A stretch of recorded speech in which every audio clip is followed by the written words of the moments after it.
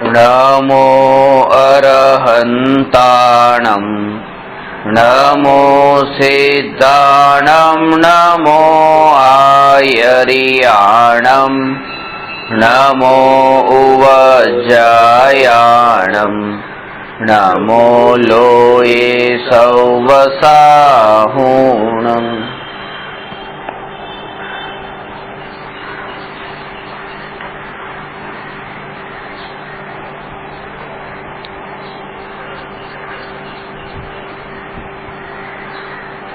प्रश्न नंबर 336।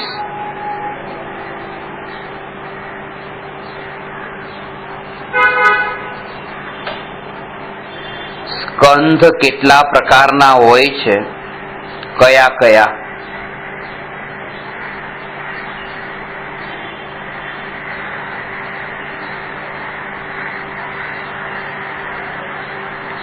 છ દ્રવ્યમાં ઉદ્ગલ દ્રવ્ય બીજા ક્રમે છે ને છ દ્રવ્યમાં એક જ દ્રવ્ય એવું છે જે રૂપી છે, બાકીના પાંચેય દ્રવ્ય અરૂપી છે।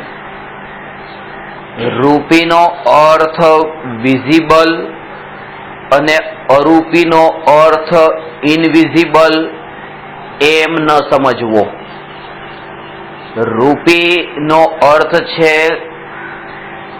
કલરફુલ અને અરૂપી નો અર્થ છે કલરલેસ।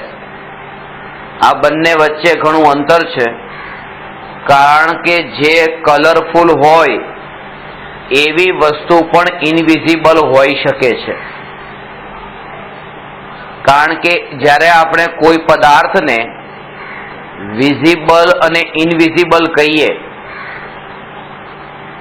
દેખાઈ શકે એવું અને દેખાઈ ન શકે એવું, ત્યારે એમાં પોતાનું પણ એમાં કઈ કનેક્શન છે।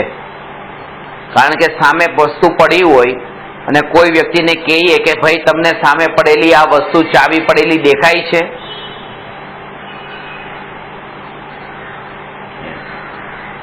તો એ વ્યક્તિને પૂછ્યું ચાવી પડેલી તમને દેખાય છે કે ના નથી દેખાતી?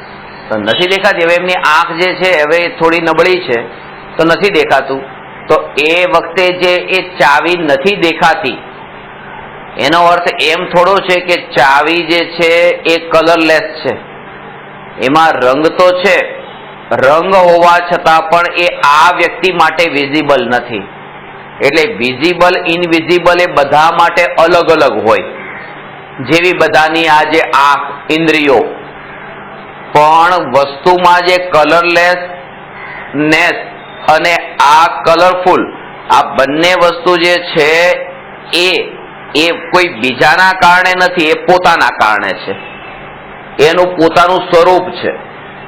તો એ જે પૂદગલ દ્રવ્ય જે રૂપી છે અને બાકીના પાંચ દ્રવ્ય અરૂપી છે। પૂદગલ દ્રવ્યમાં બે ભેદ છે, એક પરમાણુ અને બીજો સ્કંધ। પરમાણુની ચર્ચા ઘણી વિસ્તારથી થઈ હતી કે પરમાણુ એક છે, અખંડ છે, એકબીજા સાથે મળતો નથી, એટલે કે સ્કંધ રૂપે પરિણમીને પણ પરમાણુ પોતે સ્વતંત્ર એ રૂપે જ રહે છે, બીજા પરમાણુ રૂપે થતો નથી। પરમાણુ જે છે એ પરમાણુ એ પૂદગલનું શુદ્ધ સ્વરૂપ છે, કારણ કે મિશ્રણ નથી। આ રીતે ઘણી ચર્ચા કરી। હવે જે સ્કંધ છે એ સ્કંધના કેટલા પ્રકાર છે કે સ્કંધના જેટલા સ્કંધો છે એટલા પ્રકારના સ્કંધ છે। કે જે જીવ કેટલા પ્રકારના છે, તો કે તમે જો અંદરના એના ભાવોની દ્રષ્ટિએ દેખો તો બધાના ભાવો અલગ અલગ પ્રકારના છે। તો જેટલા જીવો એટલા એના એ ભેદો જીવોના, આ ભાવવાળા બધા અલગ અલગ ભાવ, પણ તેમ છતાંય તે મુખ્ય રૂપે 6 પ્રકારના જીવો કયા? આ સંસારીની વાત કરું છું। એટલે મુનિરાજ માટે કે ષટકાય જીવન હનન તે સબ વિધિ દરબ હિંસા ટરી. 6 કાયિક ના જીવોને મારવારૂપ જે હિંસા થતી હતી એ હિંસાથી જે મુક્ત થયા છે, તો એ વાત કે છે 6 કાયના જીવોની હિંસાથી.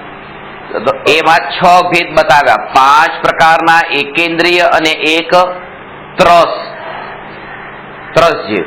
એકેન્દ્રિયમાં પૃથ્વી કાય થી લઈને આ બધા વનસ્પતિ કાય સુધીના, અને 2 ઇન્દ્રિય થી 5 ઇન્દ્રિય ત્રસ. એમ અરિયંત ભગવાન ને તીર્થંકર ભગવાન પણ આવશે ત્રસમાં જ, તે એટલે ચોકી નહીં જતા. કારણ કે આ પણ જે છે કે તીર્થંકર ભગવાન પણ પંચેન્દ્રિય જ છે, હજુ શરીર છે પંચેન્દ્રિય. તો આ રીતે 6 ભેદમાં જેમ સંસારી જીવોને વિભાજિત કર્યા છે, અને સિદ્ધ ભગવાન જે છે એ સિદ્ધ ભગવાન તો શુદ્ધ છે, એક છે. હવે એમાં ત્યાં કોઈ ભેદ નથી. સિદ્ધ ભગવાનમાં કોઈ ભેદ નથી. દરેક સિદ્ધ ભગવાન જે છે હવે પૂર્ણતાને પામ્યા છે. શરીર જ નથી, કારણ કે ભેદ પડતું તો શરીરના કારણે. તો એવી રીતે કે અહીંયા હવે આમ સમજવાનું,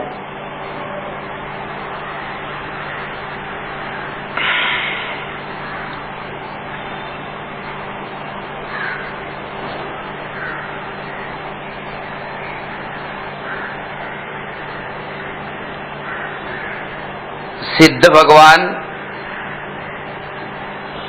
અને સંસારી. શુદ્ધ પર્યાય જે છે એ સિદ્ધ ભગવાન, અશુદ્ધ પર્યાય સંસારી. શુદ્ધ પૂતગલનું નામ પરમાણુ, અશુદ્ધ પૂતગલનું નામ સ્કંદ. બરાબર છે. હવે પરમાણુમાં અહીંયા કોઈ સિદ્ધ ભગવાનમાં કોઈ ભેદ કે નહીં, બધા સિદ્ધ ભગવાન સમાન. એવી રીતે અહીંયા કે બધા પરમાણુ સમાન, જેમ કોઈ ભેદ નહીં. કે અનંત સિદ્ધો નો વાસ હોવા છતાં પણ બધા સિદ્ધ સ્વતંત્ર છે, એકબીજામાં મળ્યા નથી. એમ પરમાણુ બધા સાથે રહે છે, પણ પરમાણુ એકબીજામાં મળતા નથી, સ્વતંત્ર છૂટા છૂટા જ રહે છે. આ તો વાત થયા. હવે જે આ સંસારી, તો સંસારી જીવો આ 6 પ્રકારના, જે 5 એકેન્દ્રિય ને આ એક.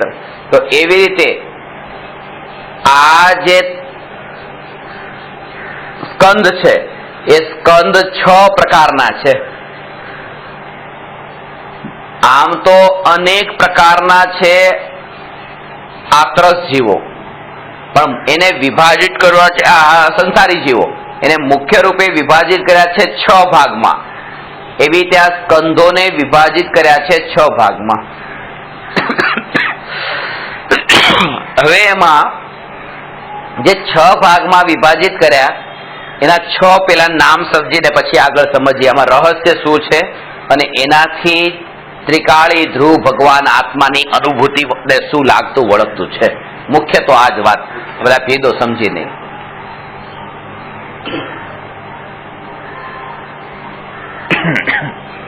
પહેલો ભેદ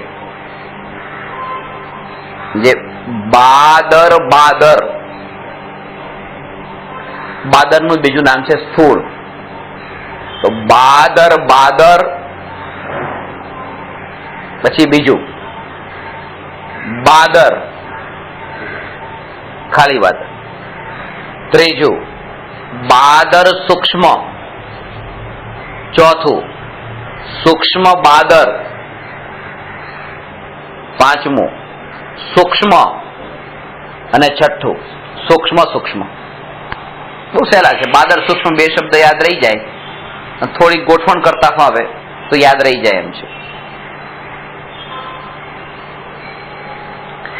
પેલા 2 વાર બોલ બાદર, અને છેલ્લું સૂક્ષ્મ છે એ છઠ્ઠું સૂક્ષ્મ 2 વાર. પછી આ બીજું ને પાંચમું એક વાર, ત્યાં બાદર, અને ત્યાં પાંચમું છે સૂક્ષ્મ.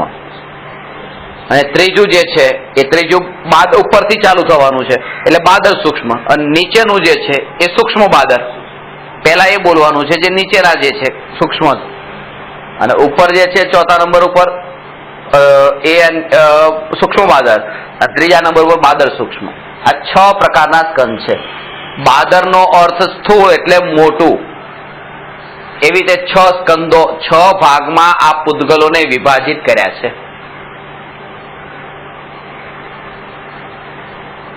પેલા બાદર જે બહુ સ્થૂળ સ્કંદો છે કે એકવાર એ વિખરાઈ ગયા પછી ભેગા મળે નહીં, એવા પૂતગલોને બાદર નામના પૂતગલ કયા. આ સ્થૂળ પૂતગલો, બાદર સ્થૂળ પૂતગલો. દાખલા તરીકે આ પેલા બે નો ભેદ સમજાશે એટલે ખ્યાલમાં આવશે કે બાદર અને એકલું બાદરા.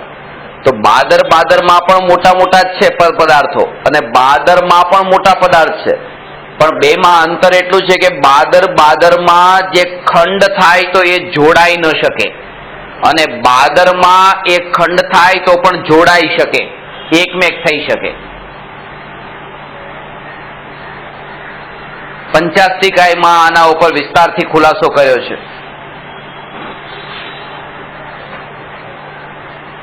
જેમ પહાડ છે તો પહાડ ને પથ્થર જે છે એ પહાડને તોડ્યો, તૂટ્યો. હવે એ પથ્થરને ગમે એટલું જોડવાની કોશિશ કરીએ તો જોડાતા નથી. તો આ જે પદાર્થો છે આવા કે જે છૂટા પડી ગયા પછી જોડાતા નથી, તો એ તો લેવાના બાદરમાં. પણ તેલ, પાણી, દૂધ આ બધા પદાર્થો એવા છે કે આમ અલગ કર્યા અને પાછા ભેગા કર્યા તો ભેગા થાય, તો એને લેવાના બાદરમાં. પણ બંનેને તમે એવી રીતે કે હાથથી પકડી શકો, બેને તમે હાથથી પકડી શકો છો.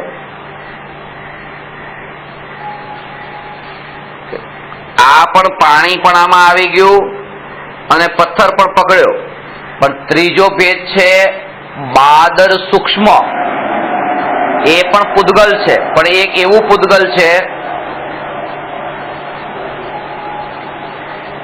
કે જે હાથથી પકડમાં આવે એવું નથી, છે પૂતગલ. તડકો, છાયો, પડછાયો આ બધા જે છે આ બધા છે તો પૂતગલ જ તે, પણ એને આપણે હાથથી પકડી નથી શકતા આ તડકા છાયાને, પણ છે પૂતગલ એટલે એને ત્રીજા નંબર પર લીધા, બાદર સૂક્ષ્મ. પણ પકડમાં આવે છે, એ તડકો પડે છે, તડકો ખબર પડે છે, તડકો અહીંયા ચામડીને સ્પર્શે તો ખબર પડે છે.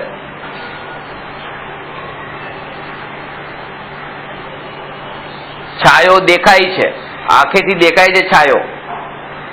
આ પાંચે ઇન્દ્રિયથી ખબર પડે. આ ત્રીજો ભેદ ગયો ને બાદર સૂક્ષ્મ. ને ચોથો ભેદ એવો છે કે જે ચક્ષુ ઇન્દ્રિયથી ખબર ન પડે એવું પૂતગલ અને બાકીની ઇન્દ્રિયથી ખબર પડે, જે દેખાય નહીં હવા, એને કહ્યું સ્થૂળ સૂક્ષ્મ બાદર. આ ચોથો ભેદ સૂક્ષ્મ બાદર.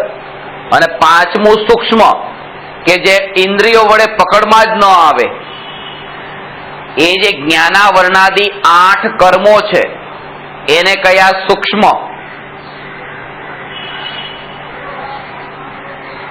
ઇન્દ્રિયો વડે પકડમાં નથી આવતા, કોઈ પણ ઇન્દ્રિય વડે.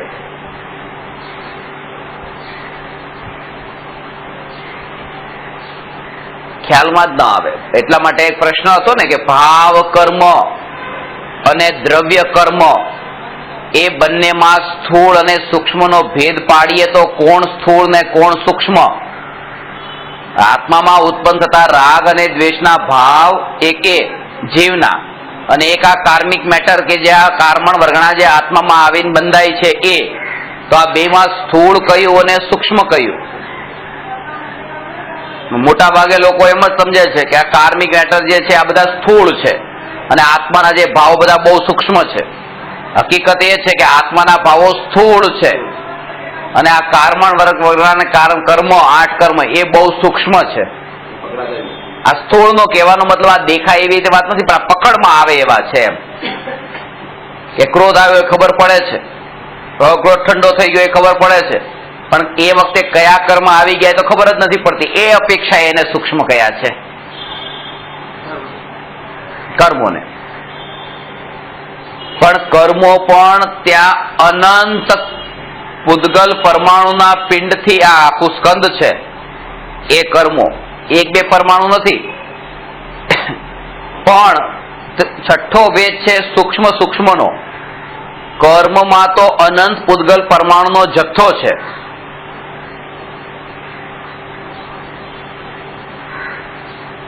અનંત પૂદગલ પરમાણુનો જથ્થો છે, પણ આ જે સૂક્ષ્મ સૂક્ષ્મ છે એ સ્કંદ બનવાનો શરૂ ક્યાંથી થાય? કોઈ પણ સ્કંદ ક્યારે કહેવાય કે 2 પરમાણુ મળવાનો મતલબ બંધ થવાનું. તો આ થયું ત્યારે સ્કંદ થયું તો દ્વિઅણુક સ્કંદ કહેવાય એને. જેમાં 2 અણુ હોય ને દ્વિઅણુક કહેવાય. જેમાં 3 અણુ હોય એને ત્રિઅણુક કહેવાય. જેમાં 4 અણુ હોય એને ચતુરઅણુક કહેવાય. આ રીતે 2 અણુ વાળા, 3 અણુ વાળા, 4 અણુ વાળા જે સ્કંદો છે એને સૂક્ષ્મ સૂક્ષ્મ સ્કંદો કયા. છેલ્લું સૂક્ષ્મ સૂક્ષ્મ સ્કંદો. એનાથી ઉપર હવે આવો કર્મને સૂક્ષ્મ, હવા સૂક્ષ્મ, બાદર પડછાયો બાદર સૂક્ષ્મ, તેલ પાણી બાદર, અને પહાડ વગેરે એ બધા બાદર.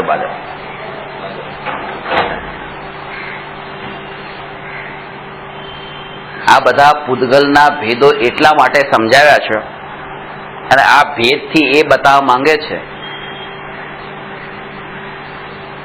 કે જગતમાં આ આટલા જે ભેદો છે ને આવા બધાનો ભેદોનું મૂળ કેવી રીતે આ ભેદ પડ્યા, સ્થૂળ ને સૂક્ષ્મના ભેદો કેવી રીતે પડ્યા. 2 અણુ વાળા, 3 અણુ વાળા, પછી કે અનંત વાળા, આ પછી એવી ત્યાં તડકો છાયો ને એવા ને બધા ધીરે કે કેવળ જ્ઞાનમાં તો બધું સ્પષ્ટ જ છે ને. ત્યાં તો સૂક્ષ્મ ને સ્થૂળ ને આ બધું ક્યાં બધું એક જ સ્પષ્ટ છે, જેમ છે તેમ છે. ત્યાં ક્યાં ભેદ છે? એટલા માટે પહેલી વાત આ જ્યારે દ્રષ્ટિ અંતર્મુખ થાય, અંતર્મુખ થયેલી દ્રષ્ટિના કાળે હવે કૃપાળુદેવ જે કહે છે કે સર્વે પૂદગલ જાણ્યા એક સમાન જો, એ સર્વે પૂદગલ જાણ્યા એક સમાન જોનો ભાવ આ છે કે જ્યારે ચૈતન્ય સ્વભાવ ઉપર દ્રષ્ટિ જાય છે ત્યારે પૂદગલના અંદર કોઈ ભેદનું પ્રયોજન રહેતું નથી. પહેલી વાત તો આ રહસ્ય 6 ભેદો બતાવ્યા ને એ.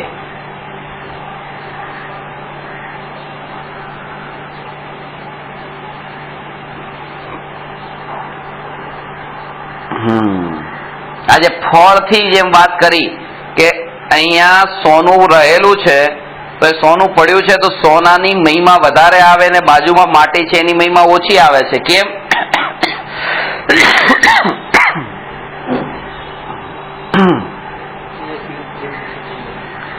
સોનાની મહિમા વધારે એટલે આવે છે કારણ કે દુનિયામાં સોનાની મહિમા વાળા લોકો છે. આપણને જે મહિમા સોનાની છે આપણને દુનિયાની હજી અપેક્ષા છે. અહીંયા સોનું પડ્યું, અહીંયા માટી પડી હોય તો દુનિયાને માટી પડી હોય તો દુનિયાને માટીની મહિમા નથી એટલે પોતાને માટીની મહિમા નથી. દુનિયાને સોનાની મહિમા છે એટલે પોતાને સોનાની મહિમા છે. કેમ? કારણ કે સોનું મૂકીને જવું હોય તો અંદરમાં ડર લાગે છે કે નહીં કે રહેવા દો ભાઈ કોઈ લઈ જશે. માટીમાં નથી લાગતું કારણ કે કોઈને મહિમા નથી, કોઈને મહિમા નથી તો પછી પોતાને મહિમા નથી. જ્યાં અંદરમાં દ્રષ્ટિ ગઈ તમારા આત્મા ઉપર ત્યાં પછી જગત ઉપરથી દ્રષ્ટિ હટી તો દુનિયા એને શું માને છે એ તમારે જોવાનું નથી. ત્યાં તમે એને પછી એક સમાન માનો છો. અંદરમાં દ્રષ્ટિ ગઈ ત્યારે પૂતગલના અંદર હવે ભેદ રહેતો નથી.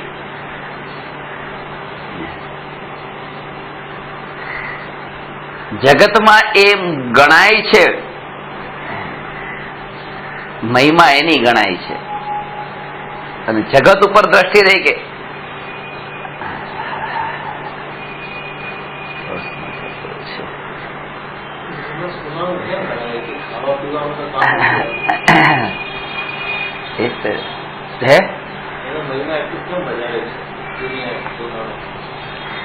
એમાં એવું છે કે કોઈ વસ્તુ ખાવા પીવાનું જે છે ને એ રસનેન્દ્રિયની વાત થઈ. રસનેન્દ્રિયની વાત થઈ.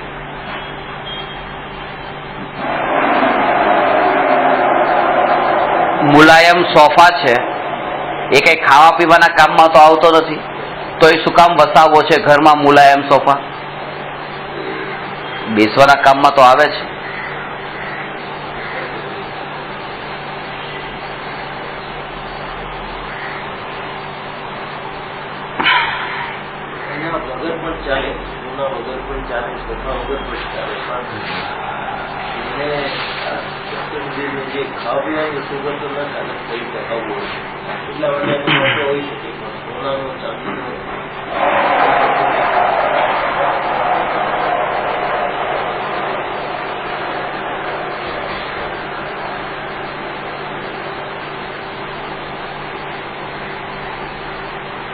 અંદરમાં આ બધાની પાછળ પણ જે છે ને બધા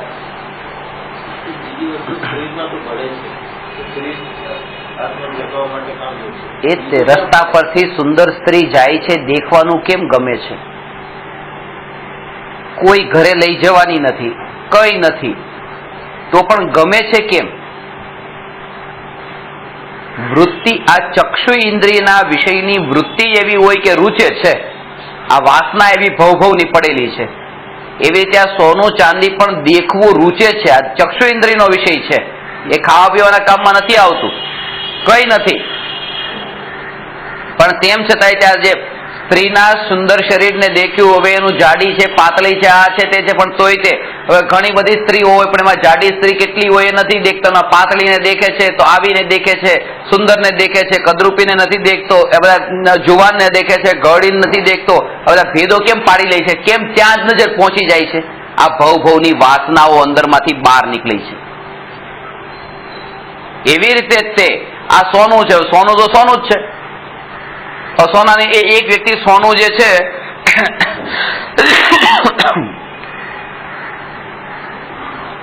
ગળામાં સોનાની લગડી પહેરીને ફરે, અને બીજી વ્યક્તિ એ સોનાને સીધો આખું સળંગ એવી રીતે એક આખો સળંગ ગોળ કરીને એક આખી રીંગ જ બનાવી દીધી ગળામાં પહેરે. અને એક વ્યક્તિ એને એવી રીતે સોનાને તેવી રીતે કરીને કડીઓ કરીને એવી રીતે એક ચેન પહેરે, અને એક વ્યક્તિ એને અંદર ઘાટ ઘડીને મંગળસૂત્ર પહેરે છે. તો બધું સોનું જ છે, પણ દેખતા કયામાં રસ સોનાને જ દેખે છે, પણ સોનામાં પેલો આકાર જે છે ને, આ આકારને એમાં પણ રસ, આ દેખવામાં રસ.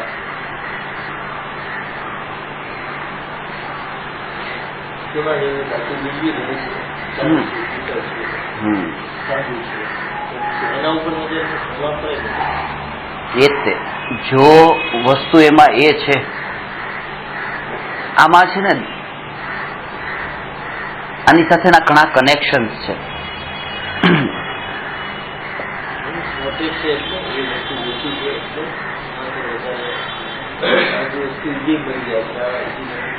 એટલે જે વધારે હોય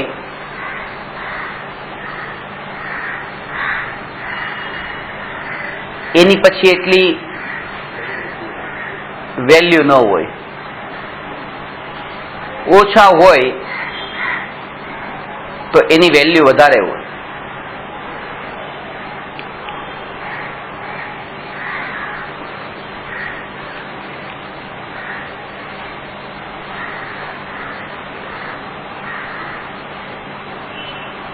આ જગતમાં મારું શું છે? એક ભગવાન આત્મા.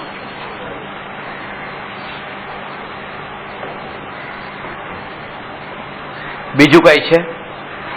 કેટલી શોર્ટેજ છે? એક જ. કોઈ વેલ્યુ નથી. વાત એ છે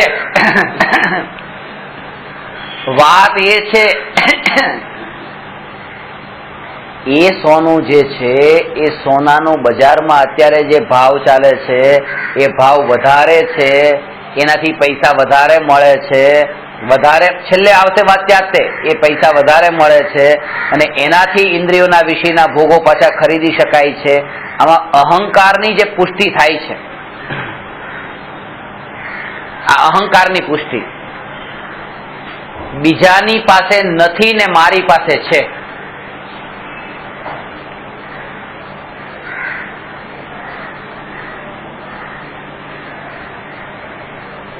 એટલા માટે આ વાત કહી હતી ને કે બીજાની પાસે જે આપણી પાસે કોઈ વસ્તુ હોય છે એના કારણે અહંકારનો ભાવ ઉભો નથી થતો.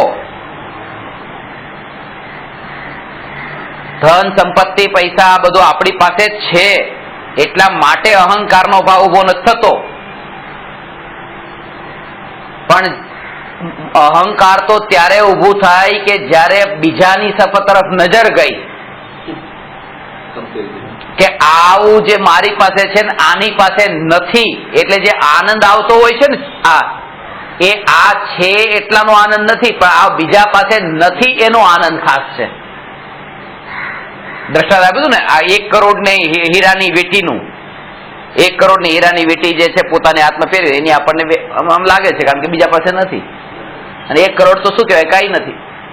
આંખની બરાબરીમાં તમને કે 1 કરોડ આપું પણ આંખ ફોડ નાખવી છે, બોલો ફોડવા દો. ના, આંખ જે છે આંખ તો કિંમતી છે, હીરાથી કિંમતી છે, પણ કોઈને બતાવવાનો ભાવ આવ્યો કે લાવજો મારી પાસે આંખ છે, આંખ છે. અહંકાર ક્યારે આવ્યું? આંખના કારણે, કારણ કે બધાની પાસે છે. એટલે ખરેખર એવી વસ્તુથી અહંકાર ઉભો થાય કે જેમાં એ કે આ મારી પાસે છે ને આ બીજા પાસે નથી. રૂપ છે, આ રૂપ મારી પાસે છે પણ બીજા પાસે નથી, ત્યાં અહંકાર થાય. એટલા માટે એ વ્યક્તિ એટલી સુંદર દેખાવડી વ્યક્તિ હોય, અહીંયા એટલું અહંકાર થતું હોય, પણ એ હવે જ્યાં યુરોપ કે અમેરિકામાં જાય તો ત્યાં કઈ નથી, કારણ કે ત્યાં એનાથી ગોરિયા છે. પતી ગયું, તે અહંકાર જેવું એને લાગતું નથી, પણ ત્યાંય તે એટલું તો લાગે છે, નીચાપણાનો ભાવ આવે છે કે હું આવી નથી. તો એને અહંકાર કીધું શાસ્ત્રમાં. ઊંચા માન્યા કે નીચા માન્યા એ અહંકાર. નજર બીજા તરફ ગઈને તમે ભેદ પાડ્યો પોતાને પારકા વચ્ચે, આ અહંકાર. ભેદ પડ્યો ત્યાં જ અહંકાર. તમે બીજાને મોટા તો માન્યા ને, એટલે તમારા અંદર મોટાપણાના ભાવ તો પડેલા જ છે એમ.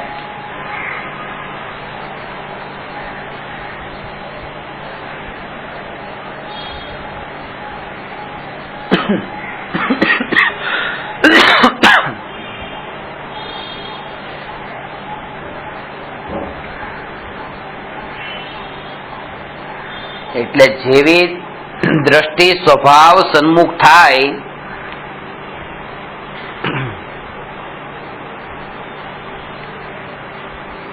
કે એ ભાવ છૂટી જાય.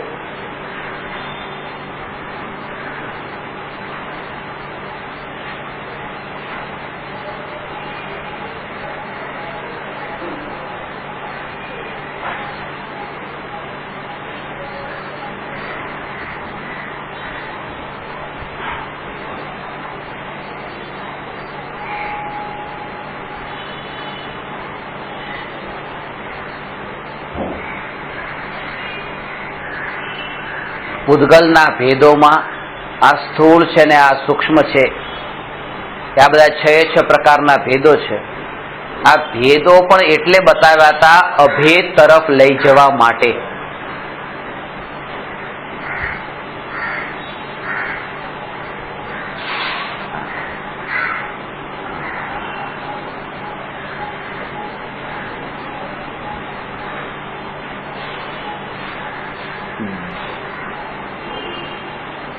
તો ક્ષયોક્ષમ જ્ઞાનના કારણે આ બધા ભેદો પડે છે.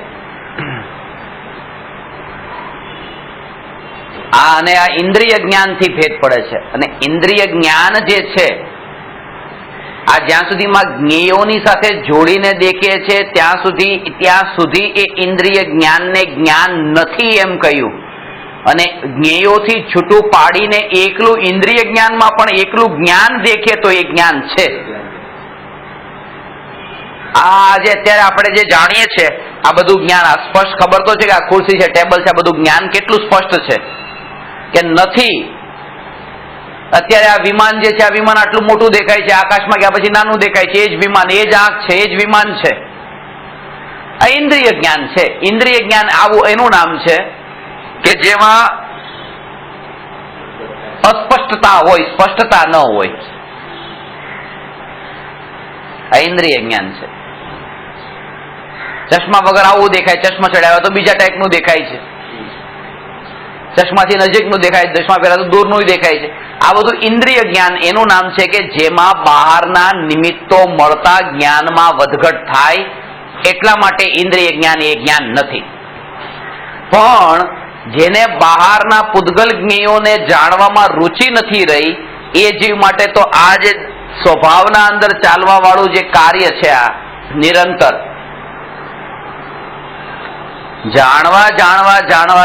જાણવા રૂપ જે કાર્ય નિરંતર ચાલે છે, એ કાર્ય ને લક્ષ્યમાં રાખ્યો તો ભેદ પડતો નથી. જ્ઞેયોના કારણે, રાગના કારણે, ઇન્દ્રિયોના કારણે, ઇન્દ્રિયોના વિષયોના કારણે ચૈતન્યપણામાં ભેદ પડતો નથી.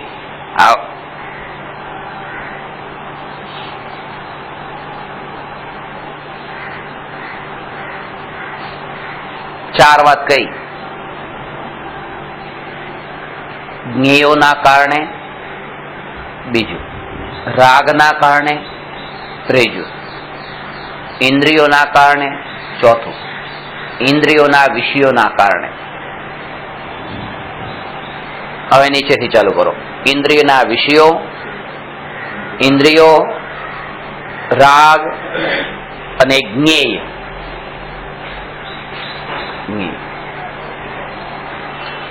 એટલે કે ઇન્દ્રિયોના વિષયોના અંદર આ બધા બહારના ઇન્દ્રિયોના વિષયોના કારણે ચૈતન્યપણામાં કોઈ ફરક પડતો નથી. તમારી પાસે લાખ છે, કોઈ પાસે 10 લાખ છે, કોઈ પાસે કરોડ છે, તો એ રીતે આ બધા ઇન્દ્રિયોના વિષયો છે. હવે એના કારણે ભગવાન આત્માના એ ચૈતન્ય સ્વરૂપમાં શું ફરક પડે છે?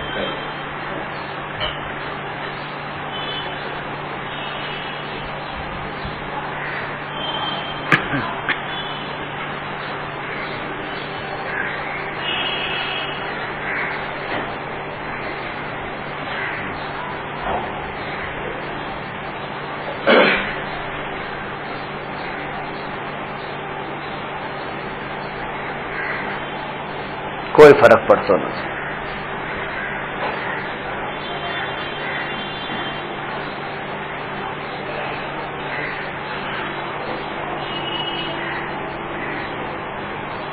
સ્વભાવના લક્ષ્ય આ ચિંતન થાય તો આ વાત સમજાય.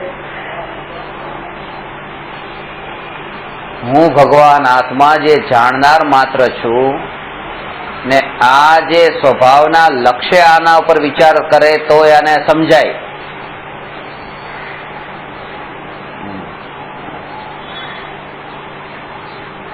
વિષયના હોવાથી કે વિષયના નહીં હોવાથી ચૈતન્યપણાને કઈ નથી. એવી રીતે ઇન્દ્રિયોના ભેદને લીધે ચૈતન્યમાં ભેદ પડતો નથી. એકેન્દ્રિય, 2 ઇન્દ્રિય, 3 ઇન્દ્રિય, 4 ઇન્દ્રિય, પંચેન્દ્રિય, આ બધા જીવોના ભેદો જે છે, તો આ ઇન્દ્રિયોના લીધે ભેદ છે. આત્મામાં ક્યાં ભેદ છે? આપણે જયારે એમ કહીએ છીએ કે આ નિગોદનો જીવ, આ એકેન્દ્રિય જીવ, આ મનુષ્ય જીવ, આ પંચેન્દ્રિય જીવ, જીવમાં ક્યાં ભેદ છે? અને આ રીતે પણ હજી એકવાર અભ્યાસ કરે ને તો ખ્યાલમાં આવે. શ્રદ્ધાની દ્રષ્ટિએ તો એક જ વાત કહી કે શ્રદ્ધામાં તો બધા આત્મા છે. આ એકેન્દ્રિય, 2 ઇન્દ્રિય વગેરે જે ભેદ છે એ જ્ઞાનની અપેક્ષાએ કયા છે. એટલે વ્યવહારથી આ ભેદ કયા ને વ્યવહાર તો જ્ઞાનનો અંશ છે, શ્રુત જ્ઞાનનો અંશ છે. એટલા માટે આ જે ભેદ કયા છે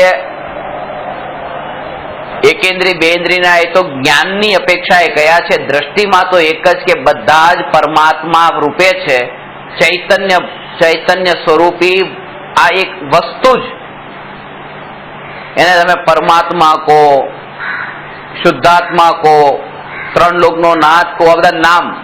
પછી એક સ્થિતિ એવી આવે કે આ બધું પણ ત્યાં નથી. ત્રણ લોકનો નાથ ભગવાન એમ પણ નથી ત્યાં. ત્યાં તો જે છે તે આ છે, આ છે. એ અપૂર્વ સ્થિતિ આવે છે. આ એ સ્થિતિ આવે ને ત્યારે છે ને આ આત્માના વિશેષણો પણ બધા મટી જાય છે. અભેદ એનું નામ છે, કારણ કે એક વિશેષણ એટલે એક ભેદ, બીજો વિશેષણ એટલે બીજો ભેદ. અનુભૂતિમાં કોઈ વિશેષણ લાગતું નથી. હવે આના ઉપર તમને ખબર, આના ઉપરથી મેં એટલા માટે તમને કહું છું, આ સાધનાની ભૂમિકામાં સાધના કરનાર જીવો માટેની આ વિધિ છે.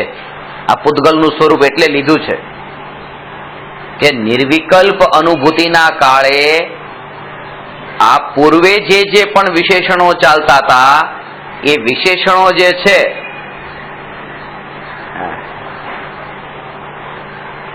છૂટી જાય છે. આવો છે ને આવો છે ને આવો છે.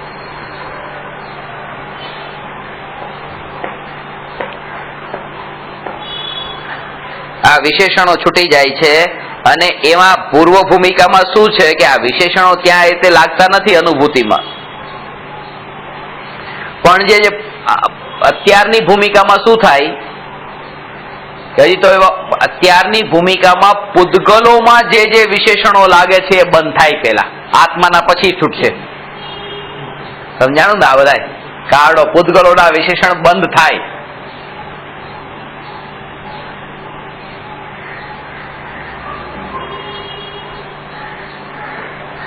આ વિશેષણો જે વાતમાં અંદરમાં લાગતા હોય એ ભાવ અંદરથી નીકળતો જાય ને, તમારો મહિમા ભાવ, તો વિશેષણો નીકળતા જાય. સહજતા. આજે અંદર ભાવની વાત છે. બોલવા કરતા પણ ભાવ ઉપર જોર આપવું.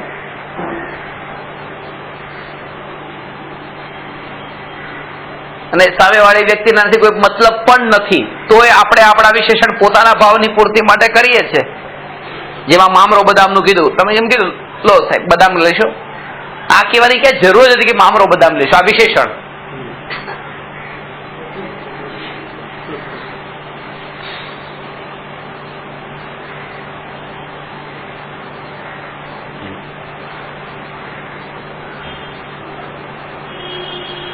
લો આ મીઠાઈ લેશો, ઘરની બનાવેલી છે, ખબર સાવાળા બહારની પણ ખાય તોય તે ઘરની બનાવે. જેટલા પણ આ બધા વિશેષણો જે છે ને, વિશેષણોમાંથી જેમ જેમ પૂતગલના વિશેષણોમાંથી નીકળતો જાય,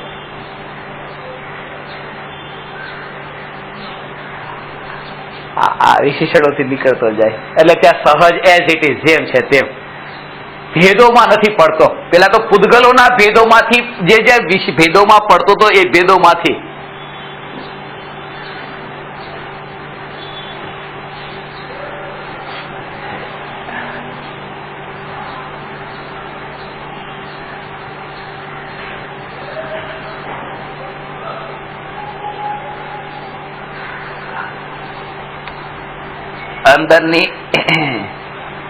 અંદરથી તે હવે એ ભેદો મળતા જાય છે. એટલા માટે બહારમાં એ ભેદો પાડવાનું કોઈ પ્રયોજન રહેતું નથી.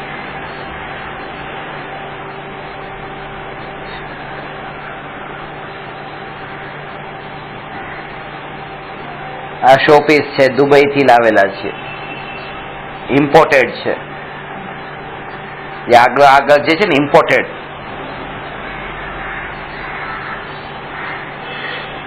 આપણને એમાં વધારે મહિમા આવે છે, રસ વધારે આવે છે. દુનિયા જાણે છે કે આપણી આવી વૃત્તિ જે છે કઈ બસ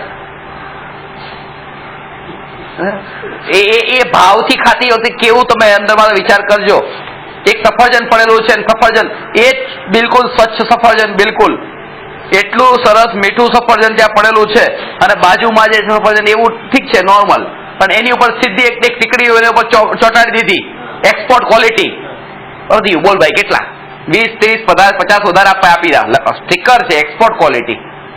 આ એક વિશેષણ એક લાગી ગયું, એની આખી મહિમા જ અલગ. ને ખાતી વખતે રસ વધારે આવે એનો, કારણ કે ચૂકવ્યા હોય તો લેવો જ પડે ને રસ. કે મોંઘો આટલો હોય બધો રસ ના થાય તો કેમ લાગે, આટલો મોંઘો ખર્ચો કર્યો છે.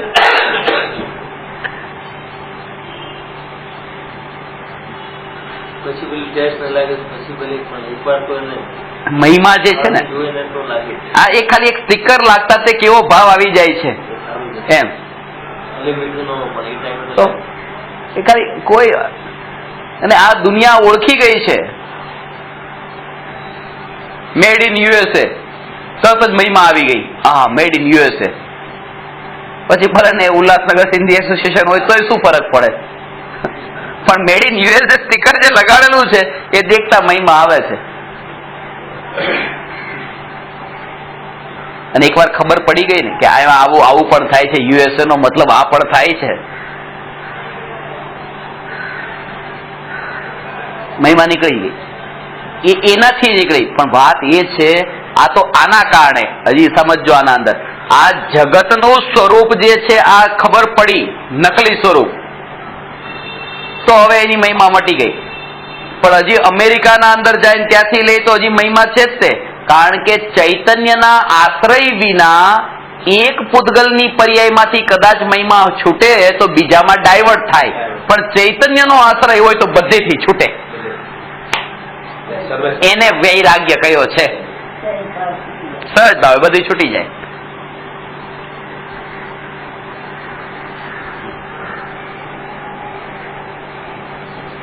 એક પ્રકારથી દેખવા વાળી જે દ્રષ્ટિ છે, પણ કોઈ કરોડપતિ હોય, કરોડપતિને હાથમાં પર્સ જોયું, તમને એમ જ લાગે કે આ મોંઘું જ હશે, ઇમ્પોર્ટેડ જ હશે. કરોડપતિ જે છે, કરોડપતિ માનો કે હાથમાં બગડી પહેરી, એમ જ લાગે સોનાની જ હશે. પછી ભલે ને પેલી હોય ઇમિટેશન વાળી, પણ અને કોઈ નિર્ધન વ્યક્તિએ પણ પહેર્યા હોય સાચું, તેમ લાગે કે આ ખોટું જ હશે, અથવા તો ક્યાંકથી કોઈ લીધેલું હશે, કોઈનું માંગેલું હશે.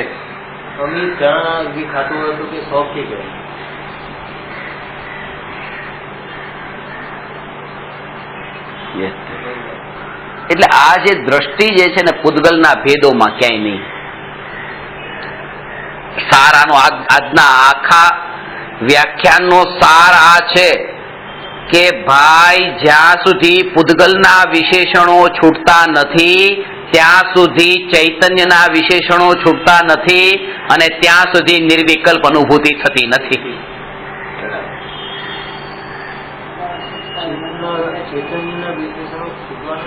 એટલે આ છે ને વિશેષણો, એટલે કે આત્મા જ્ઞાન વાળો, દર્શન વાળો, સુખ વાળો, આવો ને તેવો ના આમાંના અટક્યો તો એ પણ છૂટી જાય ત્યારે તો અંદરમાં ડૂબકી લાગે. તો એ રુચિ દાવત થઈ ગયા આત્મા યા હતી પૂતગલવાદ ને આ તો સારું છે. આત્મા અનંત ગુણોનો ધણી આવું થવું જોઈએ. ક્યાં સુધી? જ્યાં સુધી અનુભવ નથી થતો ત્યાં સુધી. પણ આવું થવું જોઈએ જ તે. આ ભેદો પાડ્યા. અનંત ગુણોનો ધણી, આ એક વિકલ્પ. ભલે હલવો ખાધો ત્યારે હલવો તો આખો મિક્સ છે ને, બદામ, કાજુ, દ્રાક્ષ બધું અંદર મળેલું છે, પણ એની પૂર્વ ભૂમિકા તો એ જ છે કે બજારમાં આજ સુધી કોઈ તૈયાર પડીકા નથી આવ્યા કાજુ બદામના. કાજુનું અલગ છે, બદામનું અલગ છે, તો આ ભેદ છે. તો પ્રાથમિક ભૂમિકામાં તો આ જ્ઞાન વાળો, દર્શન વાળો અને સુખ વાળો ને આ બધા વિશેષણો એ તો હોય જ, પણ કે છે કે હવે અભેદ કર્યા વગર એ હલવાનો સ્વાદ ન આવે એમ. એવી રીતે ત્યાં એ કે અભેદ નિર્વિકલ્પ થાય ને આ ભેદોના વિશેષણોમાંથી ન હટે ત્યાં સુધી અનુભવ ન થાય. એટલે આ વિશેષણોના ભેદોની વાત કરી, આવો ને આવો ને આવો, વિશેષણો નથી લાગતા ત્યાં. એ બધું અભેદ એક અનુભવાય છે. આ વિકલ્પ નથી ઉઠતો. બદામ ખાવાની ના નથી પાડી કે બદામ ખાય, પણ બદામની આગળ જે વિશેષણ લાગ્યું એ ખતરનાક છે. એક જ આત્મા.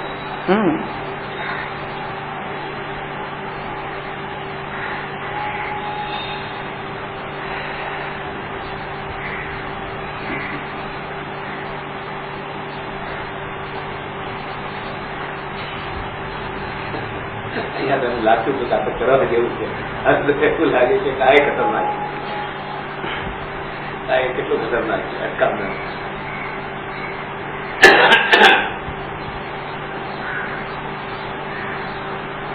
વિશેષણો વિશેષણો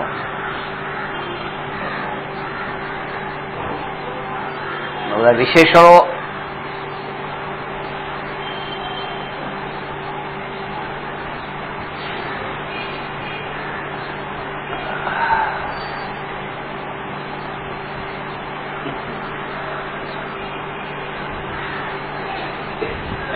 ચેતન્ય સ્વભાવી આત્મા છું, એક શબ્દ બોલ્યો, એ બોલીએ હું આત્મા છું.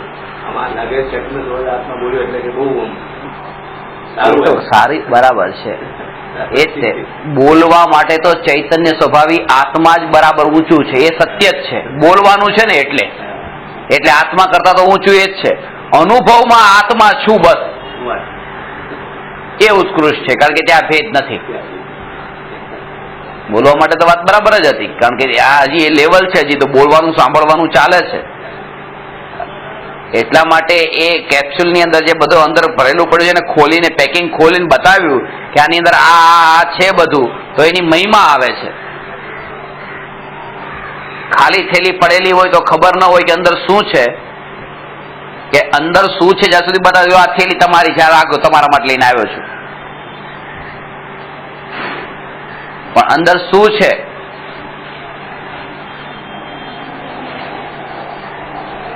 એ ખબર નથી. લો તમારા માટે એક જોડી કપડા છે, તો થોડી મહિમા આવી અને કીધું કે તમારા માટે લો આ સોનું છે. અંદર શું છે એ જાણ્યું તો વધારે મહિમા આવે છે ને, કે અંદર શું છે, અંદર શું છે. અને પાછું એ આખું બધું જ જાણ્યું કે લો આ તમારા માટે આ હીરા છે, સોનું નહીં હીરા છે. આમ થેલી આપી તો કેટલી એ વખતે કેવું થયું. અને પછી પાછું એ કહી દીધું કે સાંજે પાછું આપજો મને, હું જાઉં ત્યારે. આ તો ખાલી થોડા ટાઈમ રાખવા આપ્યું, તોય આનંદમાં રોટી જાય. એટલે આ લો આ પરમાનન્ટ તમારું છે. એટલે આ બધું કીધું કે હું આત્મા છું, સુખ વાળો છું, અનંત કાળ સુધી આવો જ છું. એની મહિમા એમ નહીં કે પાછું છૂટી જવાનું છે, આ પરમાનન્ટ થઈ ગયું.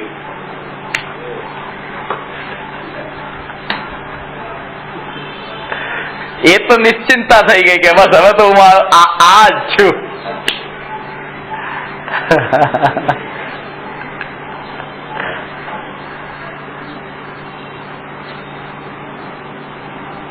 છૂટે એવું આ સ્વરૂપ નથી. એ તો અનંત કાળ સુધી આવું ને આવું રહેવાનું છે. પણ એનાથી શું નજર કરે તો લાભ થાય, નહીં તો અનંત કાળ સુધી સુખ સ્વરૂપ તો આવું જ છે.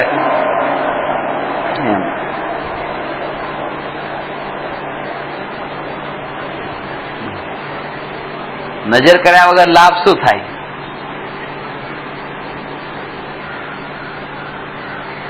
એ તો છે જ તે.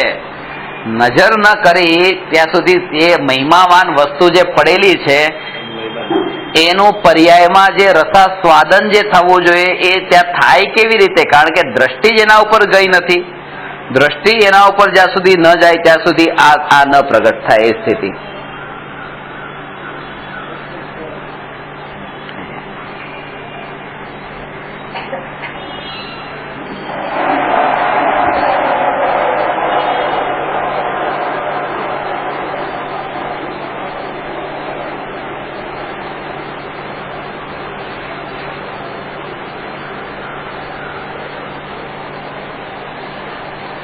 એટલે પહેલા વાત કરી ઇન્દ્રિયોના વિષયો, બીજી વાત ઇન્દ્રિયો, ત્રીજે કહે છે કે આ રાગ જે છે આ રાગથી ચૈતન્યપણામાં કોઈ ફરક પડતો નથી.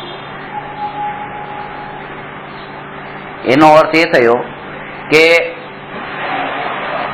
કેટલા કેટલા કેટલા પણ તોય તે એવું ને એવું અર્થ આખો નરક ગતિના જે નારકીઓના દુઃખનું વર્ણન સાંભળીએ તો એમ એમ એમ લાગે કે આ વ્યક્તિ જે છે આ વ્યક્તિ આટલો કષાય વાળો છે, આટલો નિર્દય છે, આવો નિર્દય છે.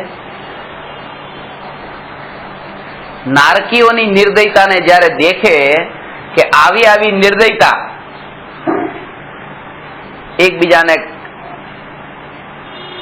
મારે, કાપે, ગરમ ગરમ એવી રીતે તેલની અંદર એને નાખે, તળે, શેકે, આ બધું જે તવા ઉપર ને આ જે બધું આવા નરકમાં જે બધા દુઃખો એક નરકના બધા જે શાસ્ત્રોમાં કયા છે,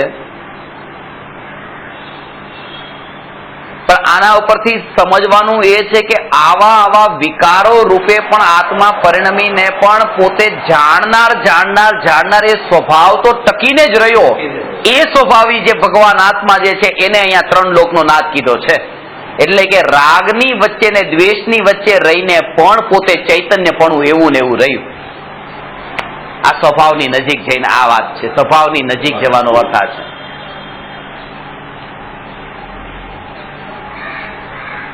એટલે આના ઉપર એ જોર નથી આપવાનું ક્યાંય પણ. આ વાત જે છે ને કે કોઈને રાગી દ્વેષી દેખ્યા, કોઈને કશાઈ દેખ્યા, આ બધામાં આ જે ભાવ જે છે ને પોતાની સ્થિતિને બતાવે છે કે ભાઈ આ તારી સ્થિતિ કઈ છે એ ખબર પડે છે આના ઉપરથી. આ બાબતે ખબર ફરક પડે આના ઉપરથી. તમે જે છે ને આ ભાઈની નિંદા કરો છો અને તમે બધું બતાવો છો, આ ભાઈ આવા છો, એમના બહુ કોન્ટેક્ટમાં રહેવું નહીં, આમ ને તેમ ને, તો તમે જે બતાવી રહ્યા છો ને એ તમે એમના વિશે નથી બતાવી રહ્યા, તમે તમારા વિશે બતાવી રહ્યા છો કે હું નિંદા કરવા વાળો માણસ છું. અને તમે બીજા ભાઈની પ્રશંસા કરો છો તો એમની પ્રશંસા નથી કરતા, તમે એ બતાવો છો કે હું પ્રશંસા કરવા વાળો છું, મારો આવો સ્વભાવ છે, હું માણસ આવો છું. એટલે જ્યારે કોઈ વ્યક્તિ બીજી વ્યક્તિ માટે કે ત્યારે એ પોતાના માટે બધું બતાવે, કારણ કે બીજી વ્યક્તિ આવી હોય પણ ખરીને ન પણ હોય, એ કોણ એના અંદર ઝાંકીને જોવા વાળે? એ ક્યાં જાણે છે એની અંદરની સ્થિતિ કઈ હતી? પણ એ જ છે કે જણાવવામાં વાંધો નથી, પણ બીજી કેટલી વ્યક્તિ છે એ બધી નથી જણાવતી. તમે જણાવ્યું કે નહીં બધાને ખબર છે, પણ એ નથી જણાવતી. તમે જણાવ્યું કારણ કે તમારો સ્વભાવ એવો છે કે આવું બધું જણાવવાનો, તમારી અત્યારે સ્થિતિ એવી છે. સમજાણી વાત? તમે જાણતા હો, સત્ય કેટલાય જાણતા હોય, અને તમે કીધું ને આ તમારી વૃત્તિ અંદરમાં આવી પડેલી છે, કેવાની વૃત્તિ. બીજાને પણ ખબર છે પણ બીજો નથી કહેતો. કોઈ ચૂપ રહે છે, કોઈ ચડાવીને બોલે છે. સિદ્ધ ભગવાનને લોકાલોકની નથી ખબર? સિદ્ધ ભગવાન કોઈને કહેવા જાય છે? તો એનો અર્થ એમ નથી કે જે હોય એ કેવું એનાથી જો ધર્મ થતો હોય તો સિદ્ધ ભગવાનને ધર્મ જ ન થાય, કારણ કે કઈ કહેતા જ નથી.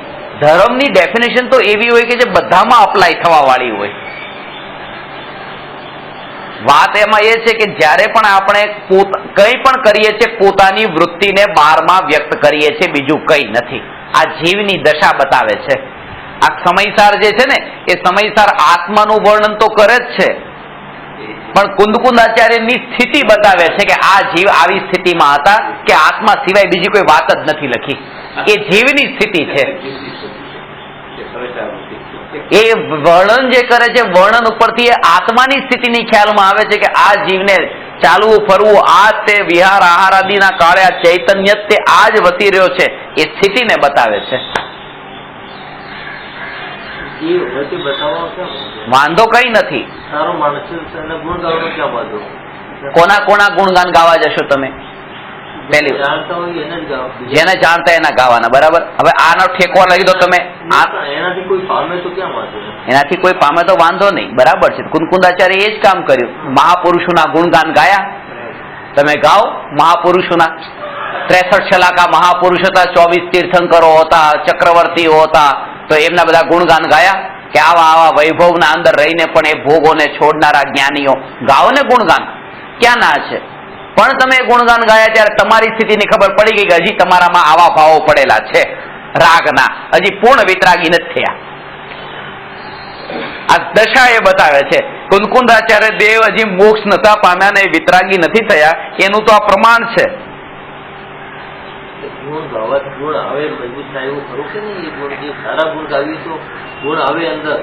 ને કોઈના અવગુણ ગાવીએ તો અવગુણ અંદર આવે, એ તો છે જ. સદગુણને ગાવાથી સદગુણ અંદર આવી જાય. હજી સમજો આમાં કયો ભાવ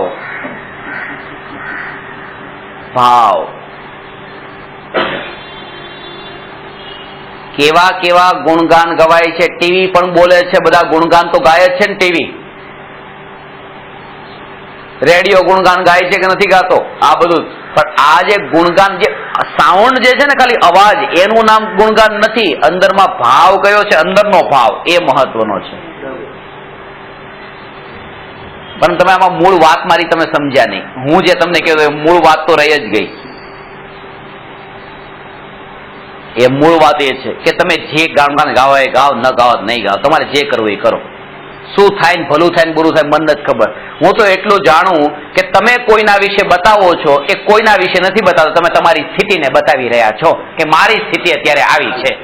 હું આવું છું, તમારી સ્થિતિ, એમાં સારા ખરાબની વાત નથી કરતો. હું એ કહું છું તમારી સ્થિતિ અત્યારે આવી છે. કારણ કે તમારામાં ગુણગાન લાવવા છે ને, તમારે એની જેવા ગુણો લાવવા છે ને, એટલે તમારામાં હજી ગુણો આવ્યા નથી લાગતા એવા, એટલે તો લાવવા છે ને. તમારે ક્યારે ગુણો લાવવા છે એના વખાણ કરીને કે તમારામાં જેવા ગુણો નથી એટલે તમે અધૂરા છો. તો એ તમારી સ્થિતિ બતાવી દીધી કે ભાઈ હું આવો અધૂરો છું. પોતાના અધૂરાપણાને બતાવ્યું. કુંકુલાચાર્ય કહે છે કે આવા મહાપુરુષો જે થયા છે, આવું હું થાવ, તો એ સ્થિતિ બતાવી કે ભાઈ મારી સ્થિતિ હજી એવી નથી. પોતાની સ્થિતિ બતાવી. વર્ણન કર્યું છે બીજાનું, પણ સ્થિતિ આવી ગઈ પોતાની.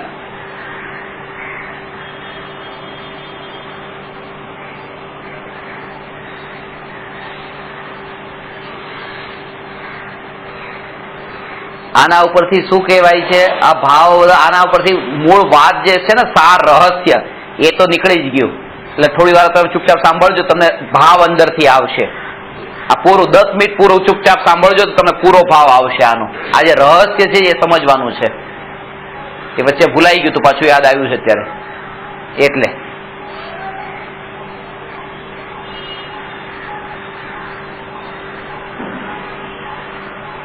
પુણ્ય બહુ જોર કરે તમારું. નીકળી ગયું હતું જે કહેવાનું હતું એ પાછું આવી ગયું. પુણ્ય કેટલું જોર કરતું હશે એ પછી કહું, પેલા કહી દઉં છે કેવું છે.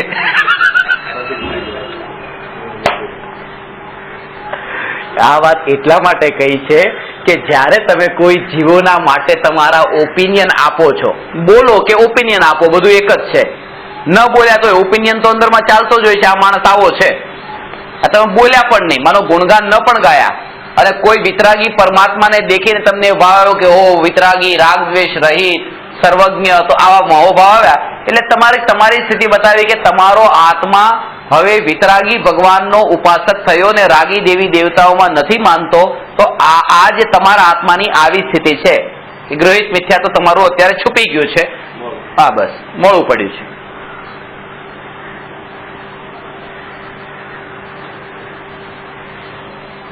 આ સ્વભાવને લક્ષ્યમાં રાખીને આ વાત બહુ મહત્વની છે. કારણ કે ભાવલિંગી સાધુ, આજે શિબિરમાં હું પહેલા જ તમને બતાવવાનો છું કે આ જે ભાવલિંગી સાધુનું વર્ણન જે આપણે કરીએ છીએ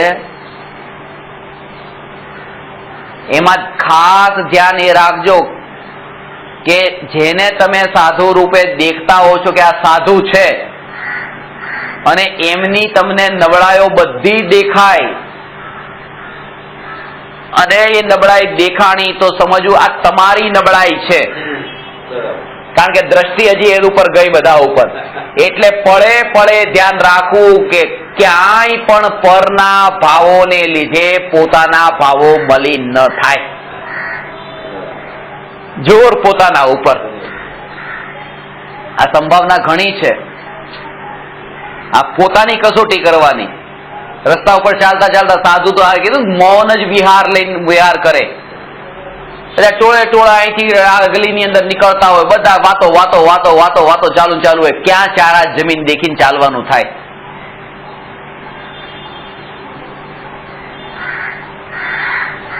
ક્યાં જશે આ?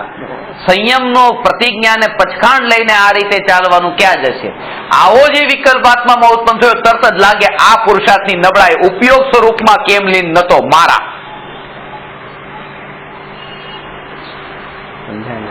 તરત ડિસ્કનેક્ટ થાવ પારકાથી. આ એ માર્ગ છે કે આખા જગતથી છૂટા પડીને અંદરમાં જવાનો માર્ગ છે અને એનો આનંદ અનેરો છે. બસ, નહીં તો એનો અંત જ નથી.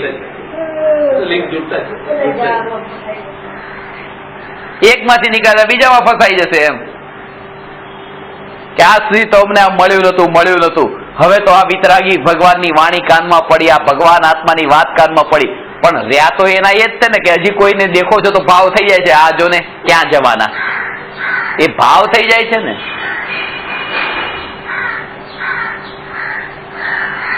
એ જેમ ગઈકાલે કીધું, એ આપણને સૂટબૂટ વાળા દેખીને એમ વિચાર આવે કે આ ક્યાં જવાના. અને આ તત્વને મેળવીને પણ આપણે જો એ વિચાર કરીએ કે આ ક્યાં જવાના, જો જશે અધોગતિમાં, તો એનું એક જ થયું. તો તત્વ મળ્યું, આ આત્માની વાત મળી, એનાથી લાભ શું?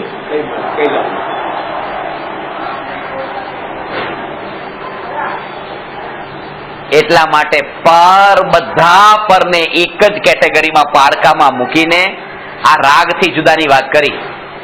બીજાને જેવા રાગ દ્વેષના ભાવ થાય એના કારણે પોતાના રાગ દ્વેષના ભાવને અસર ન થાય. અને આવો ચૈતન્ય ભગવાન આત્મા એક રૂપે દેખાય.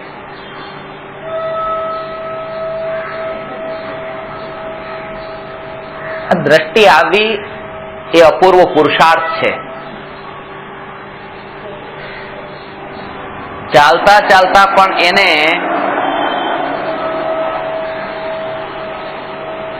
સાધુ તરીકે, તમે ચાલતા ચાલતા વાતો કરે, ગપ્પા લગાવે, તો પણ તમે એને મુનિ તરીકે, સાધુ તરીકે ન દેખો, ભાવલિંગી સાધુ તરીકે નહીં દેખો, એનાથી પણ ઊંચા દેખો. હા, ભગવાન દેખો કે આ પરમાત્મા છે, એનાથી ઊંચા દેખો. કે હવે તો અમે નિર્ણય કરી લઈએ છીએ કે આ ભાવલિંગી નથી, એટલે નથી એટલે આપણે જયારે એમ કહીએ ને હવે અમને ખબર પડી ગઈ છે ભાવલિંગી કોને કહેવાય, ભાવલિંગી કોને કહેવાય એની ખબર પડી જવાનો મતલબ એ નથી કે હવે કોઈ ભાવલિંગી નથી, હવે તમને ખબર પડી ગઈ છે. અરે ભાવલિંગી નથી એની ખબર પડવાનો અર્થ એ છે કે અમને પરમાત્મા જ દેખાય છે, બીજો કોઈ નથી દેખાતા. આવી દ્રષ્ટિ ક્યાંય નબળાઈ દેખવા જેવું નથી. અને એક જ દ્રવ્ય દ્રષ્ટિ, પણ એ ત્યારે થશે જયારે તમે પારકાના અંદર જવું જ નથી એ નિર્ણય દ્રઢ હોય તો. કદાચ ઉપયોગ બહાર જાય તો પરમાત્મા રૂપે જાય, નહીં તો પહેલું લક્ષ્ય તો એ કે ઉપયોગ પરમાં ન જાય. પુરુષાર્થ તો એ છે.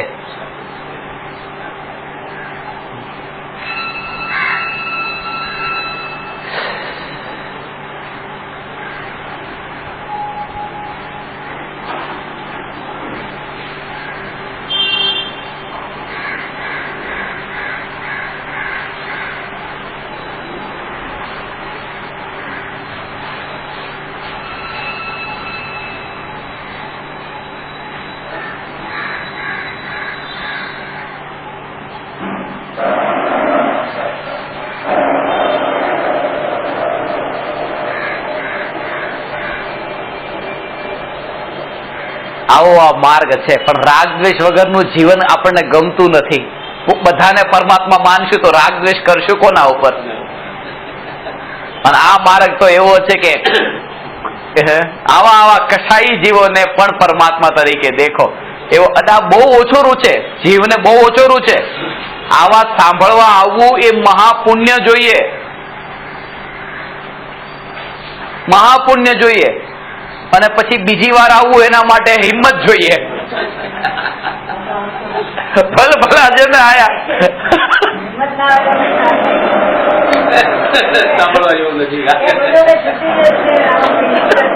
દયા દાન છૂટી જશે તો જીવન ચાલશે કેવી રીતે? આયા કે ચૈતન્ય પ્રભુ અંદર બિરાજમાન છે, આ જાણવું નિરંતર ચાલે છે, કામ અટકે છે ક્યાં? સ્વભાવ નથી ખબર પડતી ને, બહુ અઘરું છે. અનંત પુરુષાર્થ માંગે છે એના માટે તો. કાલે ભાઈ ચાર ના આવ્યા હતા. કાલે 4 જણા આવે તો ઓલા ભાઈ કે હું તો 4 કલાક આ 4 કલાક સાંભળીને છે કે મને તમે હાથ આવે તમે બધા એ જ છો. આ તો લડાઈ ખ્યાલ આવ્યો ને એ નબળાઈ એ ન હવે આવે એ ખ્યાલ કેમ આવે કોણ આવ્યો કોણ નથી થાય. આ વાત એવી છે ને, આમાં છે ને રાગનો ભાવ મોડો પડતો લાગે. આ વાતને સાંભળતા રાગ મોડો પડતો અંદરમાં ખ્યાલમાં આવે.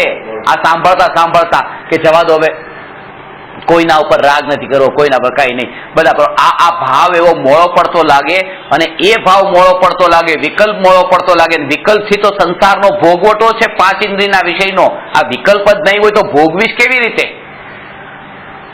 આ સમજાણી વાત. તમારી પાસે જે મૂડી હોય, અહીંયા તમે આવો એટલે એમ કહો કે થોડી લાવો, અને તમને એમ લાગે આ તો મૂડી ખાલી થઈ રહી છે, અને મૂડી ખાલી થઈ જશે તો પછી હું ભોગવીશ કેવી રીતે? એટલે કે અહીંયા જવા જેવું નથી, અહીંયા તો મૂડી ખાલી થઈ જાય છે.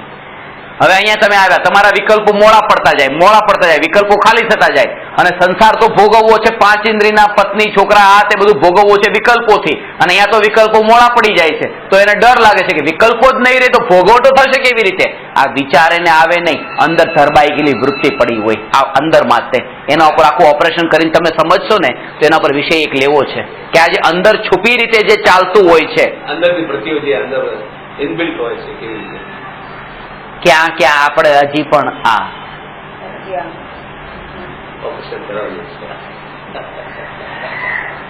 આ સિવાય બીજું હવે કઈ નથી. એટલે રાગ થી લઈને કોઈ જીવને નાનો મોટો નહીં માનો. આય તોય ચૈતન્ય પરમાત્મા, જ્યાં છે ત્યાં પરમાત્મા છે. પાપી થઈ ગયા એમ નહીં, હવે પરમાત્મા છે. એ 3 લોકનો નાથ છે. ઉદય અનુસારે વર્તે છે, ખબર નથી.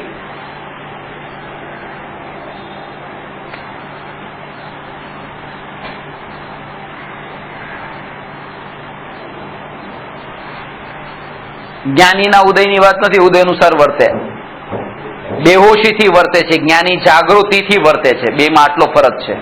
જાગૃતિ એટલે કે ઉદયના કાળે જાગૃતિ હોવી કે હું કોણ છું, એને કહ્યું ત્યાં વિચરે ઉદય પ્રયોગ જ્ઞાનીનો. અને આ બેહોશી કે હું કોણ છું કઈ ખબર નહીં, જેમ ચાલે છે એમ ચાલે છે. હજી ફેલાવો જ છે સંસાર. હજી બોધ નથી લેવો બીજાના મૃત્યુને દેખીને.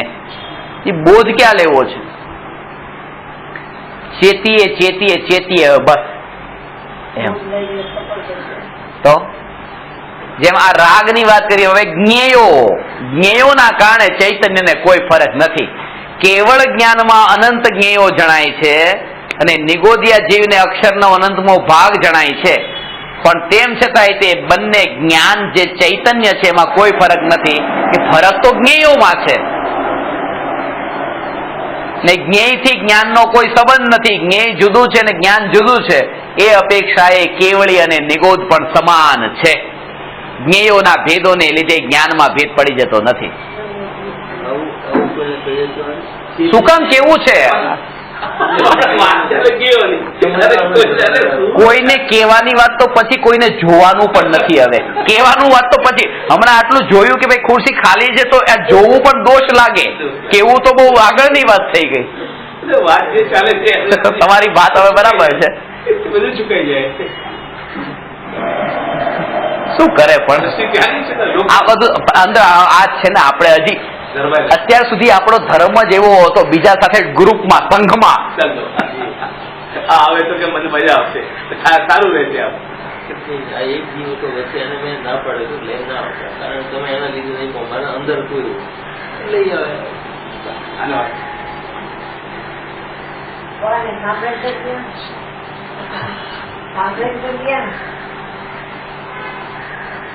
ત્રણ લોકનો નાથ પરમાત્મા.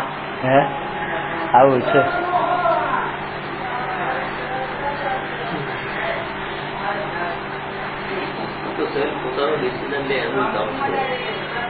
બસ બીજાના પગે ચાલવા જાય જ ન ચાલે. પણ આ સ્થિતિ એવી છે ને, એક સાહસ જોઈએ તમને. આ જે છે ને એવું છે, આ સ્વરૂપ જ છે.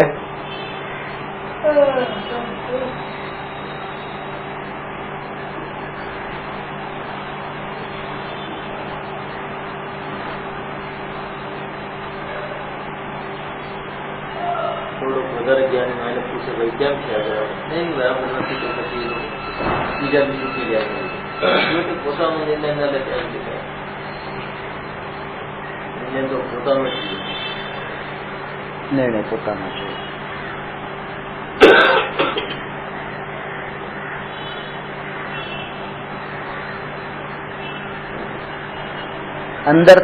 અંદરથી આ ભાવથી ભીંજાય ને તો આ થાય. આ ખાલી ઉપર છેલ્લું આર્ટિફિશિયલ ફોર્માલિટી. જીવને એવો ઉપદેશ રૂચે છે જેવી વૃત્તિ અંદરમાં પડેલી છે એ અનુસાર ઉપદેશ નીકળે એવો ઉપદેશ રૂચે છે.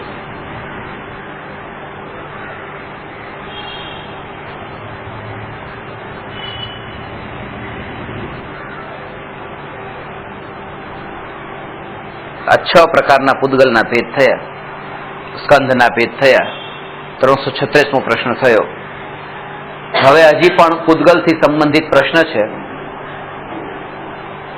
કે કર્મ તો રૂપી છે, આત્મા અરૂપી છે, રૂપી અરૂપીનો એકબીજા સાથે કોઈ સંબંધ નથી, તો પછી રૂપી કર્મો અરૂપી આત્મા સાથે કેવી રીતે બંધાય છે? રૂપી કર્મો અરૂપી આત્મા સાથે કેવી રીતે બંધાય છે જ્યારે સંબંધ નથી તો બે વચ્ચે?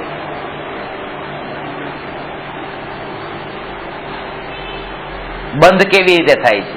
બે દ્રવ્ય જુદા જુદા હોય તો બંધાય કેમ? અને પછી જાય છે આત્મા નરકમાં જાય તો કર્મય નરકમાં જાય, આત્મા સ્વર્ગમાં જાય કર્મય સ્વર્ગમાં જાય. નહીં કે તો એમ જ છે કે કર્મ લઈને જાય. તો આ બધું જે છે રહસ્ય શું છે એને મહત્વપૂર્ણ ચર્ચા લઈ જાય છે, કર્મ લઈ જાય એ બધું આવશે. હવે કર્મ રૂપી ક્યાં છે એ દેખાય ક્યાં છે? હમણાં તો વાત કરી કે વિઝિબલ અને ઇનવિઝિબલ એ બે ના ભેદ એમ નહીં સમજતા રૂપી અરૂપી નો અર્થ. શરૂઆતમાં તમે મોડા આવ્યા હતા તો સાંભળ્યું નતું. શરૂઆત બે શબ્દ ખાસ કીધા, કલરફુલ, કલરલેસ, વિઝિબલ, ઇનવિઝિબલ. સમજ્યા? સાંભળો નમો અરહંતાણમ નમો સિદ્ધાણમ નમો આયર્યાણમ નમો ઉવજ્જાયાણમ નમો લોહે સૌ